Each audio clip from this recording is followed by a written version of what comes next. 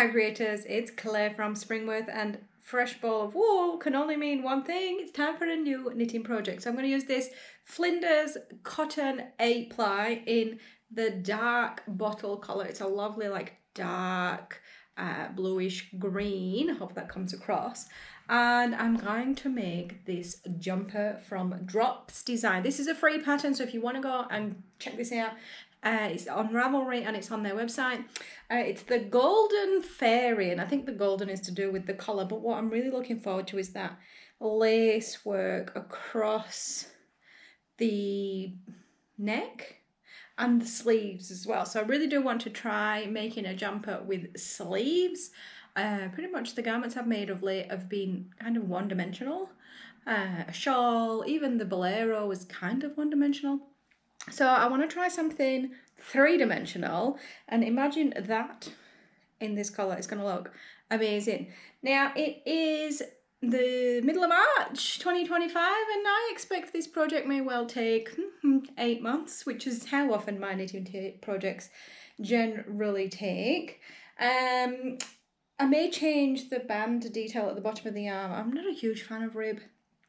And then there is a detail along the bottom edge of the jumper, and I may play with the length as well.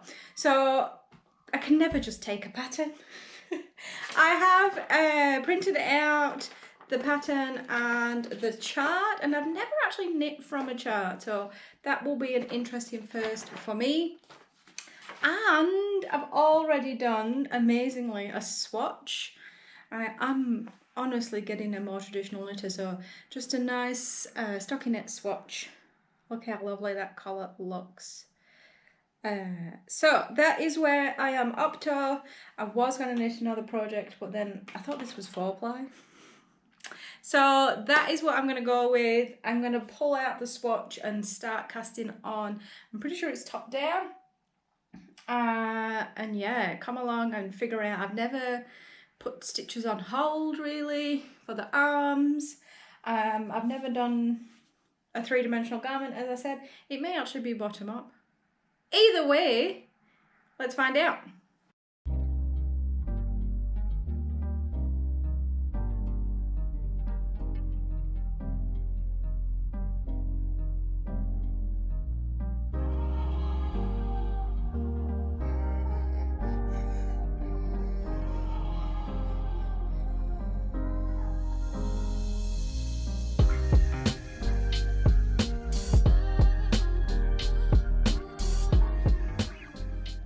I've almost made it to the end of the first ball of wool, and I've made it to the point where I need to start decreasing. So let me show you how it's looking. So hopefully that should be wide enough. This is the lace detail just at the very bottom. Now I'm not sure if it's intended to have a curved edge, but I love that, so I'm happy not to block that out, but I'll just need to pay attention to how the pattern sits if I don't block a straight line, and I'll have another look at the photos. I have just taken out my first fallback row, or what do you call it, lifeline, lifesaver, and I put that at the top of the ridges, which are basically garter but working the round, just so that if I did have any problems with the lace, I could just fall back to that point and not have to cast on 252 stitches again, which, yes, of course I did the first time. Probably time for me to add a new fallback row. So, and then I've got to work out kind of what this instruction says. So it says, insert marker thread. Can't say I've ever worked with a marker thread before. I've obviously had markers. Insert a marker thread and allow the marker threads to follow your work upwards. They will be used when you decrease in the sides. So I'm kind of going to wing that. I did quite enjoy the following, I can't remember what that's called at this point, the diagram version. I did end up writing some numbers in here on how many stitches that was, just to make life a little bit easier. But I do think that chart read the chart. I do think that next time I come to one of the chart sections, I may just pull out a couple of the repeats onto just another scrap to practice, because I do find that once I've gone through it a few times, I do get like more muscle understanding of it, and that's where I find that the fallback rows really help me, because if I can get the lace wrong and I can pull it out without being worried about pulling out everything. So that's where I am at. I'll go ahead and put these marker threads in. I've just got no idea like how long should they be, so I'm going to go with kind of underarm to bottom of the garment length. Hopefully that should be enough, because the side seam shouldn't go any further than that. That is my logic anyway. I'll come back with an installment, because I'm pretty sure from here, other than the decreases at the sides, I'm pretty sure I'm just in stockinette the whole way, which is just knit because I'm in the round, through to the underarm. So not the most exciting knitting, but it is definitely knitting I can do whilst doing other things like talking and watching TV. So I'll come back to you at the end of ball 2. I've got this much wool left on the second ball, and I've got this much jumper, and that is the line I put in at the end of the first decrease. And you can see I'm starting to get that thread marker. I really wasn't sure what I was supposed to be doing with it at the beginning. And then what I've started to do is just to put it in front for 2 and behind for 2, and kind of then loop through. So now I've just done my second decrease. I'm going to move my thread up and then add another ball. I've got 2 more balls. We're currently camping in the Southern Highlands, so I think I'll have plenty to keep me going for the next couple of days. So I'll check back in probably at the end of ball 3, when hopefully getting closer to actually starting doing something, because this much stockinette after the bottom section, very easy to do, but a little bit boring.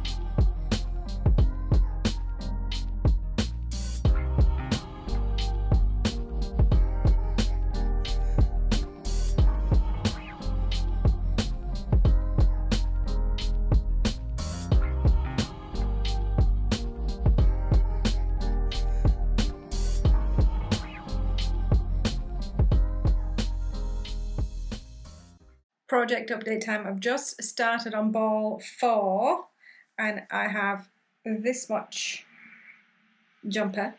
So I'm about 29 centimeters and it says 34 before I cast on the sleeves. So I still have half a ball to go probably, and I just realised I'm a bit concerned about how many balls I actually have. So I went and I checked.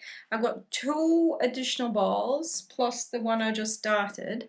So I'm considering a couple of options. I'm considering having a colour change in the sleeve, but I don't actually have any other 8-ply, or shortening the sleeves, or both. So I think the pattern is for a full length sleeve, but I think what I could potentially do is make it a little bit, you know, kind of 3/4 coming just past the elbow, still have a detail on. I think the pattern actually is just a rib cuff. Moving that up would give me the option to put the kind of wave lace pattern on, which I would actually much prefer.